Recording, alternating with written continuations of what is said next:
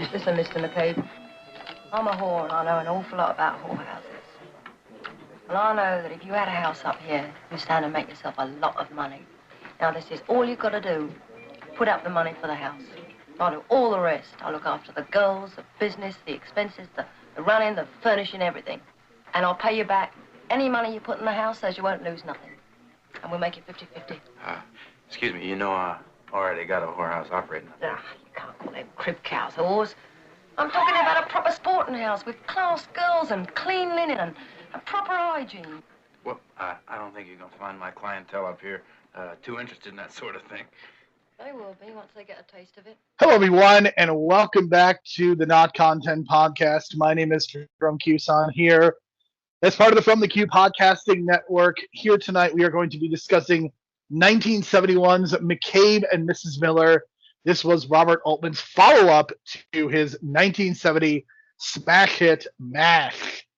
My co-host, as always, is Brian, and if you would like to leave a 4 or 5 star review on Apple or Spotify, please get those positive algorithms going.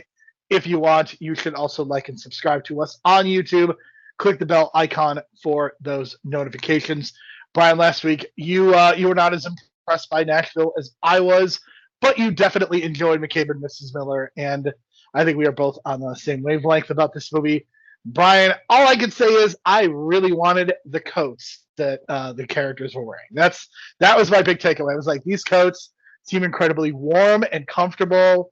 And Brian, I know you're not used to this living in Los Angeles, but when you live in the Midwest, you need a really warm coat. Yes, I've seen the pictures of the pimp coats throughout history. It seems as if Warren Beatty had one of the more influential pimp coats in history. It looked like he literally killed a buffalo or something and just put it on his back. But you can't help but think of like what a pimp coat is and does and represent today in today's culture. I mean, my goodness, look at The Godfather from the Attitude Era. I think at one point he did have a coat besides the vest, but my goodness, the fact that this guy is a pimp with a pimp coat in the Old West. Come on, man, how great is that? That's pimp, as if what they would say in 2002. But my goodness, I think the look of this movie, Jerome, is like so unique. And let's kind of put things into perspective here first, because for you to understand McCabe and Mrs. Miller, first of all, Robert Altman is kind of doing an anti-Western. He's kind of said that on record. It's like an anti-Western. And I hate that term. I want to say for the record, I don't like that term usually because even anti-Westerns, like some people say Unforgiven is an anti-Western. It's not. It really does kind of fall into the same tropes. It's really good. I really like it, but it's not that. It is truly, like, this place is miserable. I would never want to live there. Like, sometimes you'll watch a Western and you're like, I would kind of live there. Like, it seems pretty cool. This is not, I would never want to live there. Everything is so dirty and cold, and the people are, I think this is a purposeful choice. People are dumb. Oh man, it's just this. But again, this feels real, and I think that's the thing that Robert Altman does better than anybody else is to make the places that he shoots feel real. For sure. So what he did was he filmed in this town in Washington, but in order to make it look like it's actually chronological in order to the story, they started out by like half building everything and putting up tents, and it made it seem like the town was under construction, and they filmed it in chronological order. So by the time that they start filming the actual stuff of the town, when it starts built, that's actually built up, that's the part of the movie where you see that, oh my God, this town has been built up from nothing because of this man. So I think in terms of like planning out like the shooting schedule and the way that the set was built, it was perfect and genius on so many levels because it shows you literally a town being built throughout the movie. And that's what they needed for the construction, so they didn't have to build the set really quick and then tear it down and then put some parts of the set back up again because they shoot it out of order. In this case, they just said, let's make it easier on ourselves. We'll shoot it in order, and we'll just continuously show the town grow in the background with the construction. That way we won't have to worry about the sets being done on certain time frames or whatever, and then having to, like I said, deconstruct it, reconstruct the set. That would have been a nightmare. So in this case, that was a smart move, and it actually works out for everyone else because it does make the town seem like it's literally growing in the background of the movie, which I think is awesome in terms of like the visual. And then when it comes to the visual of this movie, Jerome, have you noticed that there's no sharp black colors? Every time there's a black color, it's like faded out, and it seems like the film stock is faded out. Did you notice that?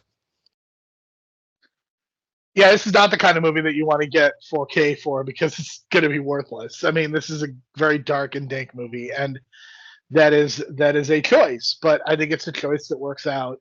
And I think the magic of this movie, last week when we talked about Nashville, that was all about the fact that there were so many characters.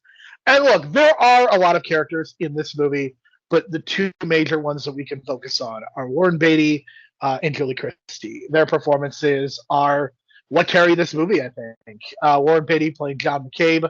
The magic of McCabe, and I think that Altman does such a good job of representing this well. And I'm going to cue Brian up for his famous line in a moment.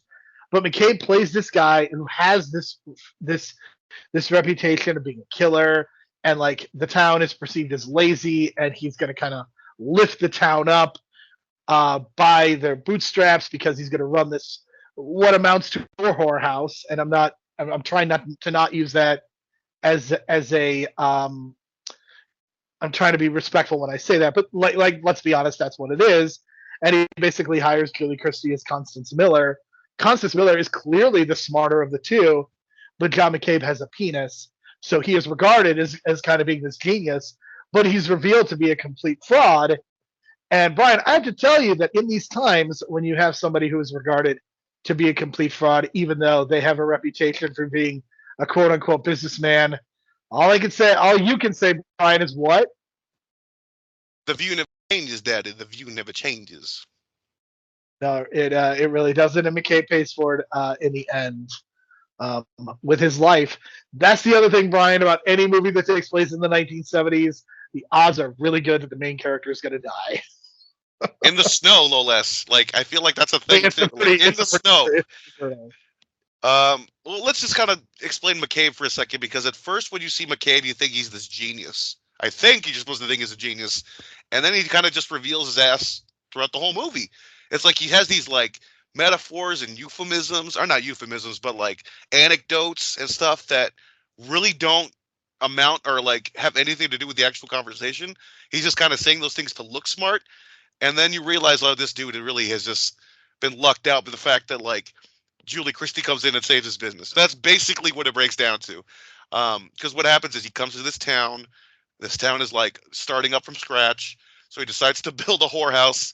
And he gets 3 women at first. And then you start realizing that this guy has no idea of like anything about like care or like health care or like women's health care or like having these, women be healthy and clean, quote unquote. And it's just like, this dude is out to lunch.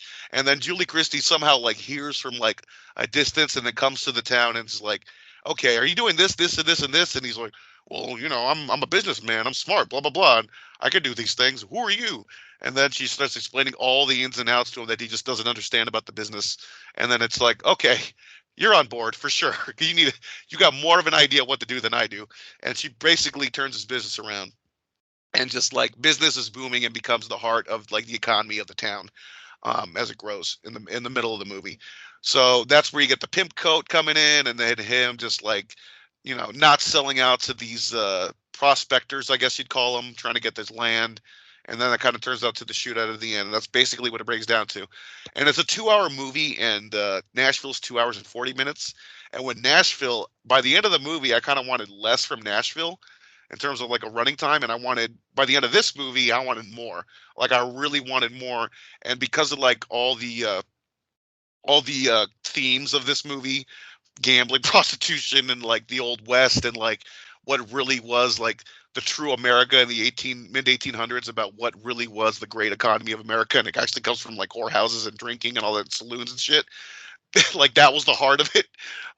You get that in this movie for sure. And I just wanted more of that. And of course you get that in Deadwood. And if you look up the creator of Deadwood, I forget his name, but he really cites this movie as a big influence. And it's clear, absolutely clear, that it's an influence on Deadwood.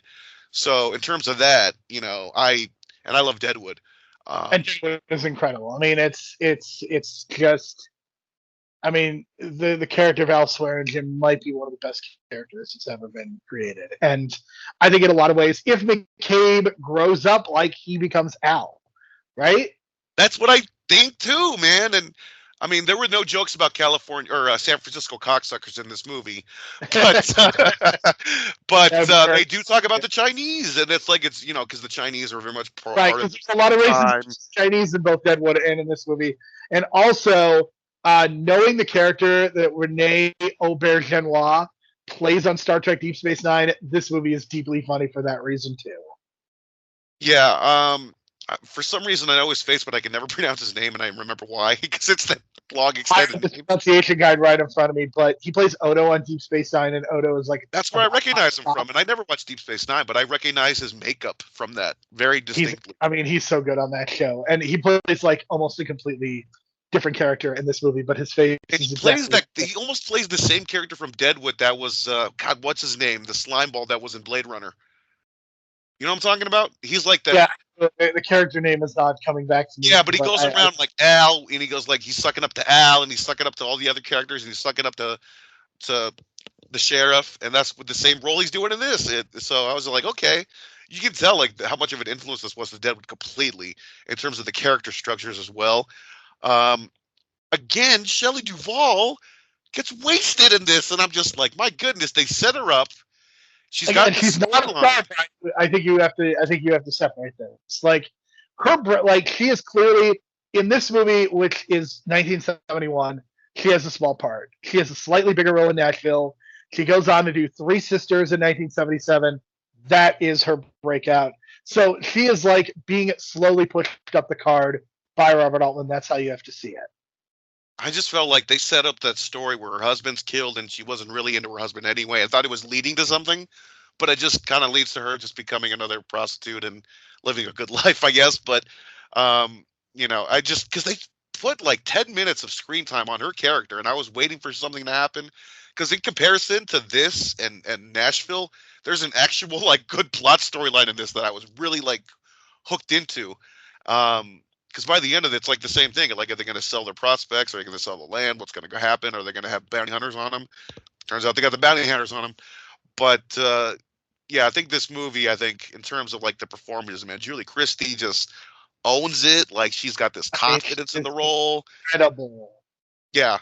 The way she, like... the $5 scene? Like, the $5 scene just really, like, gets me. It's just, like, they're naming all the prices, and she's like, I'm $5, and the guy's like, $5? Everyone else is like $1.30, and she's like, she looks at him and she gives him this look, and the dude's like, okay, I'll pay the $5. And I was just like, oh shit, damn! Like she's really got that main event kind of attraction draw going on. The way that she takes control against Warren Beatty, and those two dated for 7 years, and it's surprising to me because Warren Beatty is kind of known as a control freak, and like this movie is one of the reasons that he really wanted to start kind of directing his own stuff. Or having more of a voice in the director because he didn't really have as much control here. But it's so interesting to me because I think Warren Beatty, like he gets a lot. Altman gets a lot out of Beatty in this movie, and I don't know that you get a lot out of Beatty in other movies. Like I think he's really good in The Parallax View.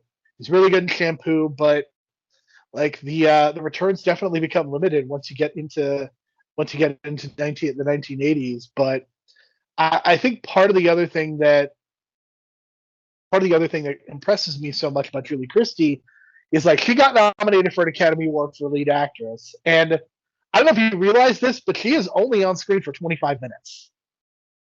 Oh, I noticed, and I looked that up too, and I was kind of like, well, I guess you've argued this before whenever I've brought this argument up that she's the star, and I guess that they got to treat them like stars, and you got to put him as the lead and bill him as the lead, even though the screen time is limited. And we've had this discussion before, primarily about Silence of the Lambs and Hannibal Lecter. That's usually the prime example of that. But I think she still deserved it. I think, like in terms of like performance-wise, she deserves a nomination for sure. She is technically the lead actress in this movie. Like that's the one thing I'll say is that in terms of like the other female roles, like they're very clearly not designed to be the lead. Like this is a leading actress role, even though she's only on screen for a certain amount of time. Like Hannibal Lecter, Like, he's not, like, Anthony Hopkins is arguably the bigger star, but he is not arguably the lead male performance. Yeah, that's kind of where we've had this discussion and like these different examples come up. But um, yeah, I think in terms of like the overall look again, like I want to mention the look of this movie. So what happened is Robert Altman decided to do a technique that was very risky at the time. It's called flashing. So basically, back in the day, everything was shot on 35 millimeter film stock. You're not supposed to expose film stock before it's actually film on, right? No light, no nothing, because it ruins the film stock. So what this technique is, they gently use some light on the film stock before they even filmed with it. Then they film with it, and now you get this unique look of like a movie that's only going to look like this ever. Like there's only going to be one movie that looks like this, and it's going to be McCabe and Mrs. Miller, because no other movie has ever even chosen to do a technique like this for a movie. So that's why the colors are kind of like faded out, but certain colors do pop. Like there was this one scene that just kind of like blew me away for like the stupidest reason, but like we're in Mrs. Miller's room, and she's got this like quilt. I mean, the argument is that this movie then looks like it was actually filmed in the 1890s. Exactly, right? that too, right? But there's this quilt on her bed that's like yellow and blue, and like I was shocked at how well those colors stick out with like the film technique they use, because you're not going to get that popping color with like a black, because the black's going to be faded out. But like softer colors like that, I was like, wow, that looks incredible. And then I started thinking like, I wonder what blood's going to look like in the snow. And it looked fucking good, dude. That ending. I mean, at the last 20 minutes of the movie, I don't think were exposed. So I think that's part of the reason. I think that is a conscious choice. And I think that's a good choice to not do the exposure for the final act. Really? Because I thought that's why that red popped so well. I guess it was just 70s. I mean, I would say I'm going to guess that because of the snow that you don't want to do it, and because you really do want it to look better in the snow. So I'm going to guess that that's the reason. But I think for sure it does pop though. I mean, when he shoots that, I really do. I think the look of this movie is one of the selling points. For sure, I love the look of this, and then some of the symbolism, and then some of the characters. Like we got this guy in the background of the movie who's kind of like, I guess, a preacher, and we don't really know that until the end of the movie when McCabe what a great payoff. McCabe comes to him and is like, well, he doesn't come to me. He goes to the church just to look out the top window, comes back down, and he realizes the preacher took his gun, and he's like, get out of here. This is the house of God. And then Payback's a bitch, because like, what a dick move to do. The dude is like, builds up your town, and then you want to point his own shotgun at them and then kick him out. And then because he's holding a gun, gets shot himself. So that was very poignant, I guess. But also the fact that now the church is burning, and now all the townspeople are freaking out, and they're trying to put this like fire out. But at the same time, McCabe is like bleeding to death in the snow, and no one knows because like everyone's focused on the fire. So again, it's like, not only did this influence Deadwood, but I think this really influenced The Revenant in terms of like those bleak final moments of a Western, of like a dark Western like this, or not a dark Western, I should say, like a Western like unconventional, I should say. And then you look at The Revenant, it's kind of very similar, like the main character protagonist dying in the snow alone while everyone else is like doing something else, but he gets his kind of like revenge, and that's kind of what happens here. And he's, he doesn't get to see the town prosper after that, but he, deep down, I think we all know that because of this, or because of him starting this saloon, whorehouse, that this town actually prospers because of it. And that's kind of like the irony of like a lot of this Western expansion during this time, is like the heart of America was gambling and prostitution, and that's what grew the economy in these Western states that were expanding, and then finally became from territory to state. So I think that's what, that's part of my love for Deadwood, and I could clearly see it in this movie. So that's why I really attached myself to this movie, because of those themes. And it's just, of course, the irony of America growing and kind of hiding its past very much well fits with this kind of movie. Yeah, I like some Westerns, but like I'm not into like the John Wayne Western, like the typical, that motif. But I think what makes this movie work is the fact that it is so against the idea of being a traditional Western, that I think that's what makes it succeed so well. And I think that even though Julie Christie isn't on screen, like her presence is very much felt throughout the movie, and I think that's what has such an impact. And I think that, again, Warren Beatty bringing like what I would define as kind of this himbo energy, Like he's so confident, but he's so dumb. Like he's so dumb, and like his stupidity is ultimately what costs him his life. Like he is not able to survive because he doesn't realize that he's being outwitted by bigger capitalists than he is. And I think that's what's really special about this movie is that they have an interest in telling a story that you don't typically see in a movie like this because your protagonist, so to speak, is not a good person. He's in fact a terrible, terrible human being. But I was just so impressed by this movie, and that is why I would give this an 8 out of 10. Like I don't think this is really connected with me on a visceral level like Nashville did, because I think a Western, I just have a harder time with Westerns in general, but this is definitely a must watch in terms of this genre. Yeah, I think that's why I attach myself more to this than Nashville, because I'm more of the Western guy, and my love for Deadwood and all these connections. We might need to do Kevin Costner's Horizon at some point. We'll see. Timing, is a factor in that, but we'll see. But I want to also mention Keith Carradine again. Like, he was great in Nashville. He's great in this, even though he's got this small role.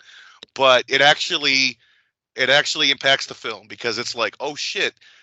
Okay, so basically what happens is he's staying at the whorehouse. He's about to leave. He's going to go into the store and get some new socks. But of course, these bounty hunters, prospectors, or whatever that were hired to take out McCabe and get the property or whatever, they're pretty much holed up at the store, like holding it up, like not as like for ransom or anything, but just like staying there and scaring everybody, intimidating everybody.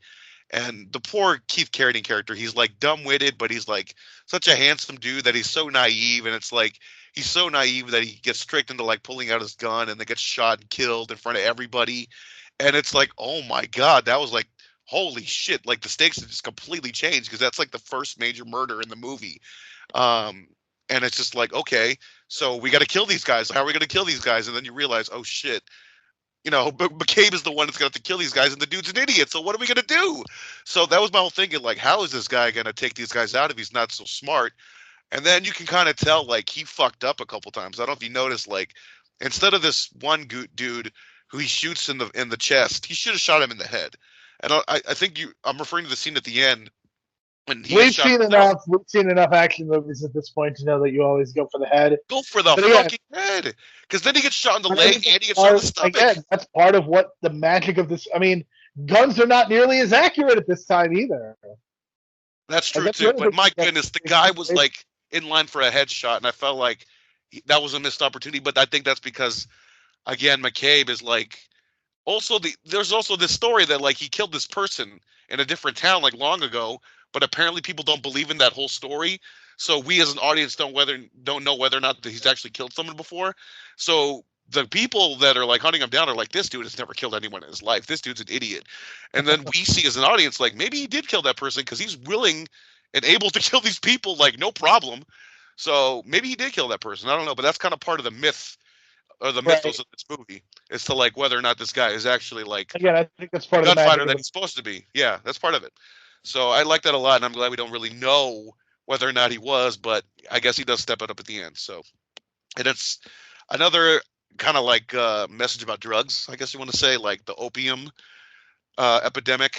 It's not totally clear. Like it's clear like he's in some state of being out of it, but that's not totally clear. But yeah, they're definitely going for something there. Like she clearly knows what happens, and it's not good. And it's again, this is such an interesting movie because it's so different from a lot of things that we have reviewed, because there's so many layers to it and different interpretations.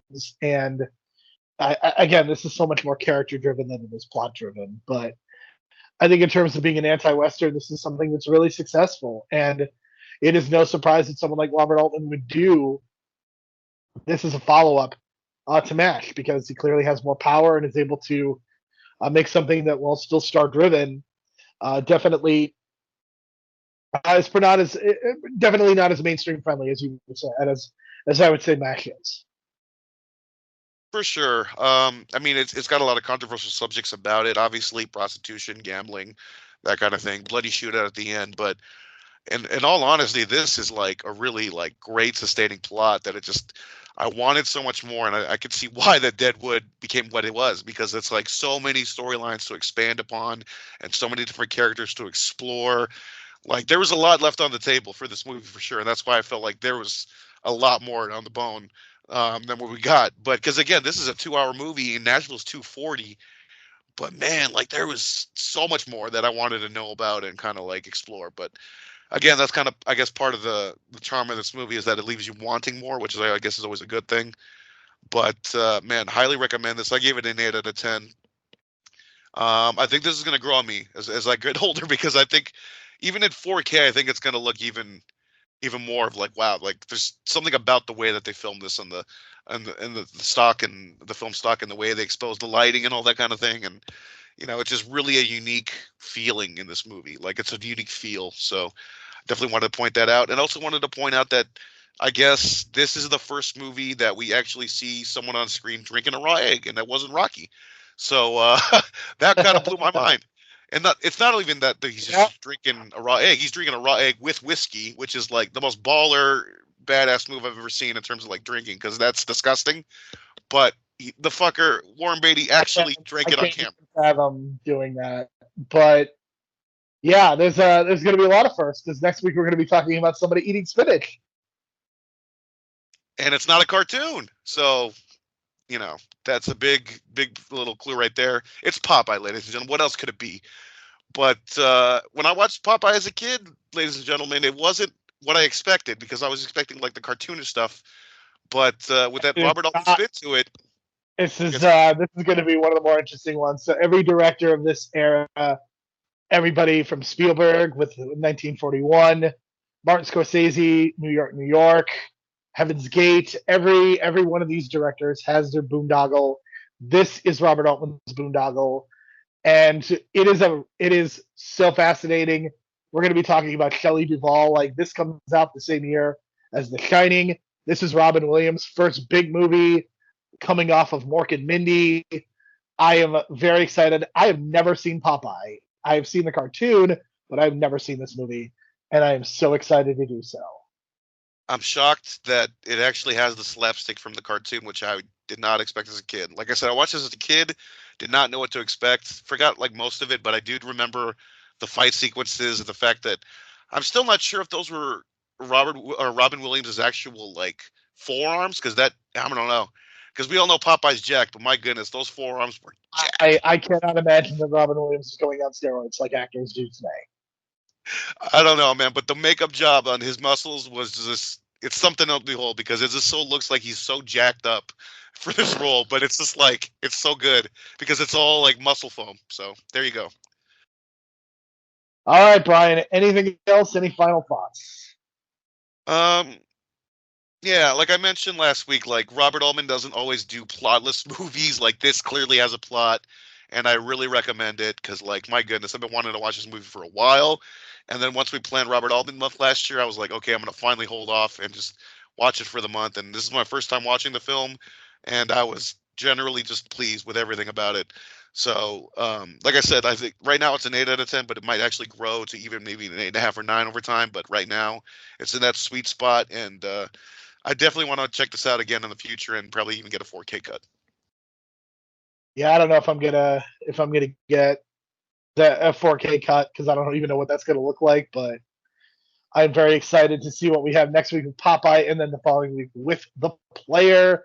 For Brian, I am Jerome. Thank you so much for listening. We will talk to you again next week.